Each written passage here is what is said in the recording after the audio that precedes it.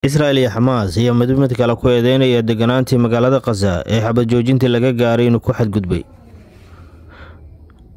Khilaaf soo bilowday maalintii shalayta ahayd oo ka dhashay sii deynta 4 maxbuus oo Israa'iiliyiin ah oo laga sii daayay magaalada Gaza ayaa waxa uu hareeyay ku laabashadii shacabka magaalada Gaza iyadoo qarka u saaranta xabad joojinta inay burburto. Labada dhinac waliba dhinac kale wuxuu ku eedeynaya in dhankiisa uu ka soo bixi waayay ballamihii lagu ballamay iyo xabad joojintii.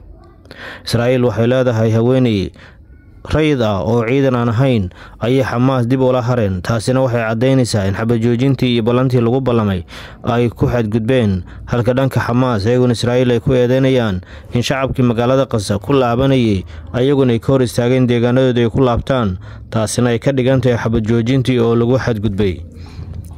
eedeynta labada dhinac iyo xabad joojinta jilicsan oo xilligan ka taagan magaalada Gaza ayaa waxay qarka u saaran tahay in dagaalkii ay dib u soo celiso.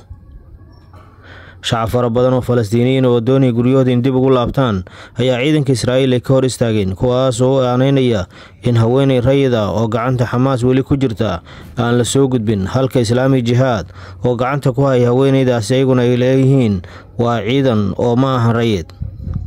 Arbal Yahuudi oo 29 jir ah lagana soo qaaday Kibbutz oo 7 Oktoobar ay weerareen kooxaha iska caabinta ayaa gacanta iska caabinta ku jirta inkastoo Israa'iil ay shaki ka muujisay inay nooshahay. Saacadii waxay muujinayaan dhanka iska caabinta inay nooshahay, asbuuca dambe kooxda la sii deyn doonana ay ka mid tahay. Saacadii Israa'iil waxay leedahay ilaa laga sii daayo haweeneydaas oo rayid ah sida ay tilmaamayaan, ma ogolaan doono in shacabka Falastiiniyiinta ay ku laabtaan guryahooda. labada dhinacba waxay fariin u gudbiyeen dhexdhexaadiyaashii ka shaqeeyay heshiiskaas xabad joojinta ee magaalada Gaza in la hirgeliyo, waxaana jira wada hadallo dhexdhexaadiyaashu ay dhexdhexaadinayaan oo ka dhex bilaabanaya labada dhinac, kuwaas oo la doonaya xaaladda in sideedii caadiga ahayd lagu soo celiyo. shacabka laabanaya waxaa la sheegay ciidanka Israa'iil in meelaha qaarkood rasaas badan ku fureen, taasna waxay keeni kartaa in marka dambe isku dhacyo ay ka dhex bilowdaan kooxaha iska caabinta ee ciidanka Israa'iil, taas oo ugu dambeyntiina keeni karta in dagaalkii dib loogu laabto. shacabka guryaha dib ugu soo laabtay iyo goobihii la burburiyay dan uguma jirto. Sidoo kale Israa'iil maamulkeeda dan uguma jirto 15 bilood oo dagaal ah, wax hadaf kamaysan gaarin, burburkii ayay u sii horseedi kartaa. gargaarka yar oo hadda gaabiska ku socda oo magaalada Gaza soo gala sidoo kale dhibaato xoogan ay ku tahay in caqabadan ay sii taagnaato, waxaana ciidanka Israa'iil ay sidoo kale hor istaagayaan gargaarkaas galaya deegaano ka mid ah magaalada Gaza oo aan ogolaanin tan iyo inta jawaab sax ah laga bixinayo ama haweeneyda la sii deynayo.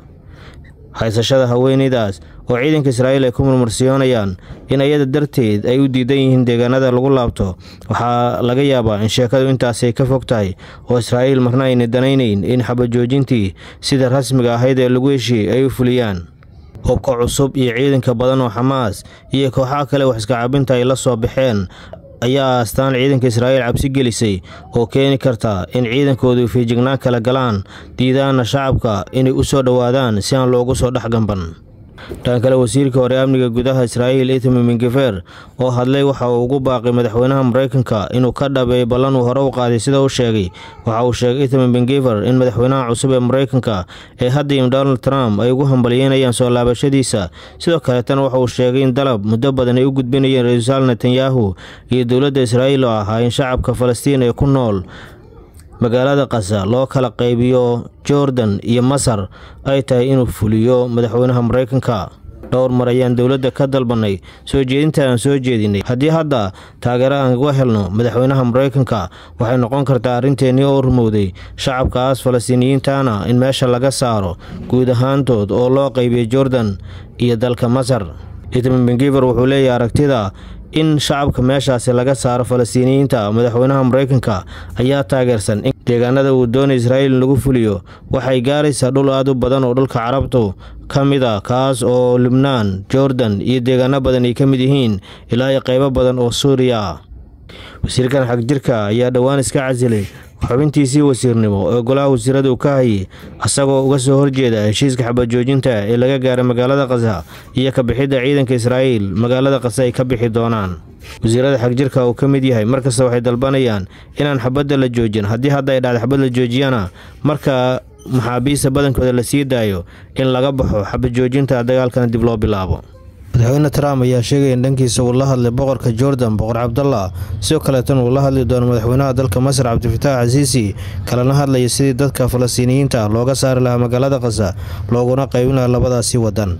qorshaha Trump ayaa in labadaasi wadan loo kala jaro dadka Falastiiniyiinta ee 2 milyan jajabka ee ku sugan magaalada Gaza inkastoo aanay dhici doonin inta kooxaha wax iska caabinta Falastiiniyiinta halkaas ku sugan yihiin oo dagaal xoogan ay kala hortagi doonaan. Trump wuxuu ku marmarsiinayaa in dib u dhiska Gaza ay ku haboon tahay inta aan la bilaabin in shacabka halkaas laga saaro si guud ahaan magaalada loo nadiifiyo, laakiin qorshuhu waxa uu yahay in shacabka Falastiiniyiinta dhulkooda lala wareego.